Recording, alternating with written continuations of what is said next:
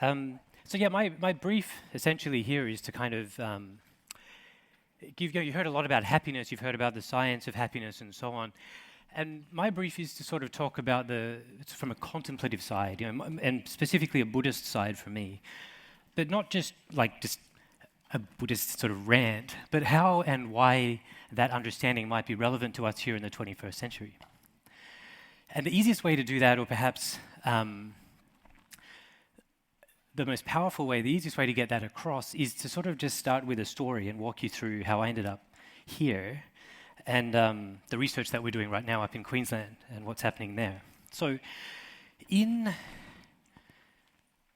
story sort of starts basically on a park bench in a place called Queen's Park in Toronto, Canada, in April of 1995.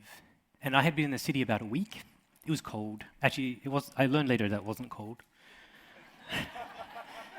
But I'd come from Queensland and I thought it was cold. So I'm on a park bench and I'm experiencing all the physiology, you might say the symptomology of what we would call anxiety. And it was sort of significant to me at the time because only a year or so earlier my life had kind of derailed as an exact result of this, right? And so back in that time I was living in Brisbane and I'd sort of, it was the mid-90s, I was a 20-something-year-old male, didn't ask for any help, which is sort of the demographic that this works for. And so what I did is actually I did a bit of exercise, saved a bit of money, and I moved to the other side of the world to a city where I didn't know anyone and had never been before, which it's worth saying here is not the ideal treatment for anxiety, if you think about it. So it comes back to this point. So back to the park bench. I'm sitting here. I've been in town about a week. I had every reason to be a bit nervous. I had a one-way ticket. I didn't have a lot of money. And what makes it sort of interesting and still sticks with me now, and in fact informs kind of everything I've done since then till now, is that I was kind of enjoying it. I kind of liked it.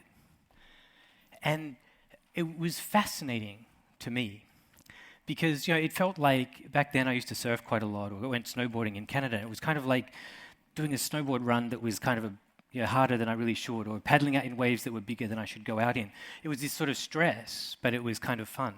And it's really interesting, for me at least, right? Because, how is it that the same physiology, the same experience that I had previously, just a year or so ago, that actually prevented me from going out, right? Like it kind of derailed my career, I had problems with friends and everything, relationships and so on. How is it the same basic experience now is kind of enjoyable in a new context? And the question to me just had to be asked. It had to be asked.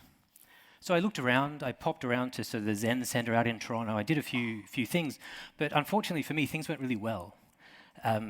I got into university. I did a music performance degree, a jazz performance degree, which is why I was there. I met great people. I had a girlfriend, had a car, I had everything. It was great, actually, and until one day it wasn't, right?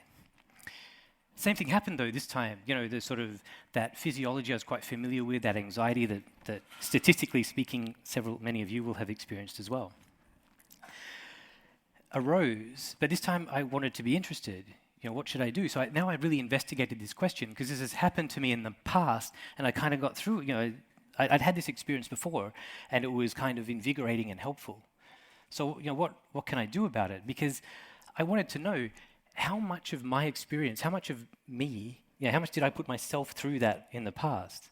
And how much of it was sort of done to me from the outside world, which is what I had previously believed. So I poked around, and there's a lot of Tibetans live in Toronto. There's a big refugee community there. And in full disclosure, there was literally a Tibetan Buddhist meditation center, literally, I'm not making this up, across the road from my favorite pub. And I used to go there and watch hockey with my friends and hang out. And so one day I swung by and I picked up a brochure and read up on it. And so I went, and what happened, I guess, is that I learned the meditation practices, the basic meditation practices they were teaching, and the theory behind them both. And much to my absolute astonishment, it kind of worked.